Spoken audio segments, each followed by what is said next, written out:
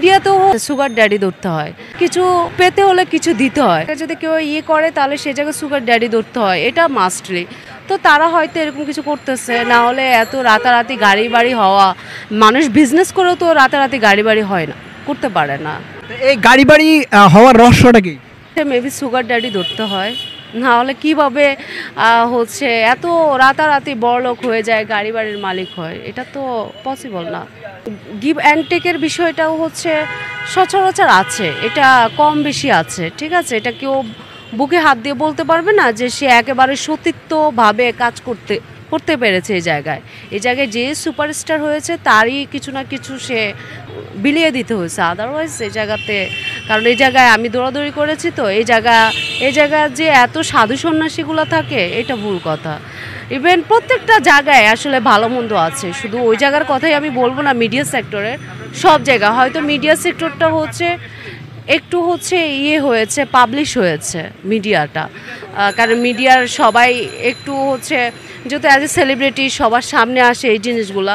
As a একজন নারী safe শুধুমাত্র তার বাবা মা বা তার হাজবেন্ড, এছাড়া একটা নারী কোথাও সেফ না। যে একটা মেয়ে মানুষ বড়ই থাকলে ডিল মারবে, তো এগুলো কিছু লোকাল টাইপের, যাদের মেন্টালিটি একেবারে নেরো মাইন্ডেড, চরিত্রের সমস্যা আছে, ওদের কাজ এরকম হবে, স্বাভাবিক। এরা কখনো শুধরাবে না। এরাই দেশের এক একটা কিট, মানে যেগুলোকে বলে ভাইরাস, ওরাই সমাজটাকে নষ্ট করতেছে।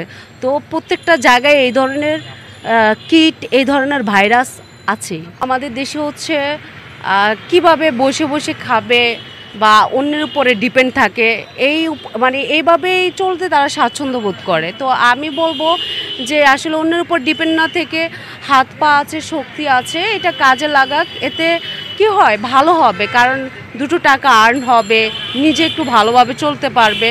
আর কাজ যেটাই হোক না কেন, কাজকে কখনো ছোট করে দেখতে নাই। আমরা আমাদের দেশে কাজটাকে বেশি ছোট করে দেখি, আর যেটাই হোক কাজকে কখনো ছোট করে দেখতে নাই। আমার সবার উদ্দেশ্যে একটাই কথা, সেটা যে কোনো কাজ সবাই যেভাবে পারেন কাজ করবেন, সেটা যেভাবে আপনি যদি মনে করেন যে পর্দা করে করেন।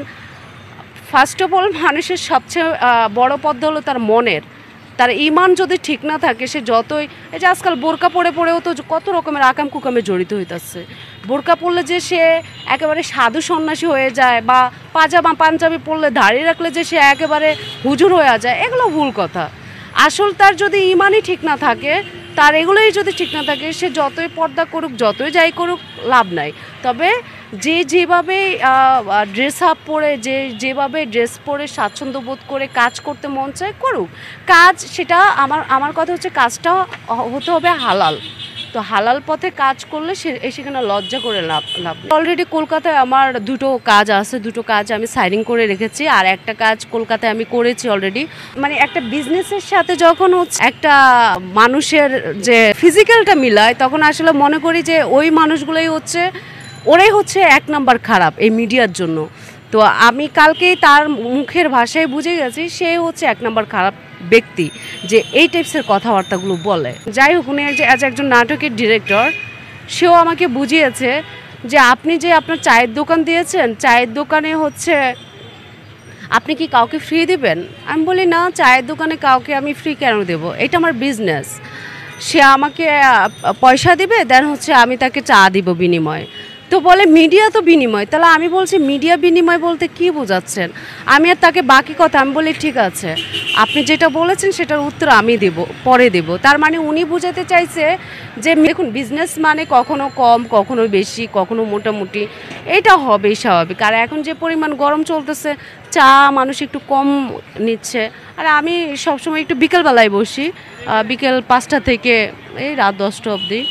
মিডিয়াতে বর্তমান যারা ঢুকেছে নতুন করে, ম্যাক্সিমামই দালাল টাইপস। তাদের ইন্টেনশন আছে যে নতুন একটা মেয়ে আসবে বা কিছু, মানে কীভাবে তার সাথে কী করবো, ওই চিন্তা ভাবনা নিয়েই থাকে। সব কাজই ভালো, মিডিয়ার কাজই যে একেবারে খারাপ তা নয়। মিডিয়ার কাজ ভালো, মানুষ খারাপ। প্রত্যেকটা মানুষ, আমরা কিন্তু দিন শেষে সবাই মানুষ। হ্যাঁ, তো আমরা যারা খারাপে লিপ্ত থাকি, কেউ ইচ্ছে করে খারাপ করা, সেটা আলাদা বিষয়। আর ভুল করে খারাপ কিছু করা, সেটা মানে আরেকটা বিষয়। তো আমার কথা হচ্ছে যারা হচ্ছে ওই যে ইয়েরা আছে, আমরা যারা মানুষরা বা যারা আমরা হচ্ছে ওই যে মিডিয়া জগতে আছি বা মিডিয়াতে কাজ করেছি, মিডিয়াতে বর্তমান কাজ নেই। আমার এম ছিল যে মিডিয়াতে কাজ করব, আর আমি কিছু নাটকের কাজ করেছি, টেলিফিল্মের কাজও করেছি। আমার একটা নাটকও কিন্তু অলরেডি এই ঈদে রিলিজ হয়েছে 7 পর্বের। এই তো কয়েকটা কাজ করেছি। আর এক কথায় হচ্ছে নতুনদের বর্তমান হচ্ছে কোনো কাজ নেই, তো ভাবলাম যে বসে আছি, দেন হচ্ছে কিছু একটা করি। এই রূপালী পর্দায় যে একেবারে ছিলাম সেটা ভুল কথা। আমি হচ্ছে ট্রাই করেছি মিডিয়াতে। তো দুটো ছবিরই কাজ করেছি, একটা কলকাতাতে কাজ করেছি আর একটা বাংলাদেশে কাজ করেছি।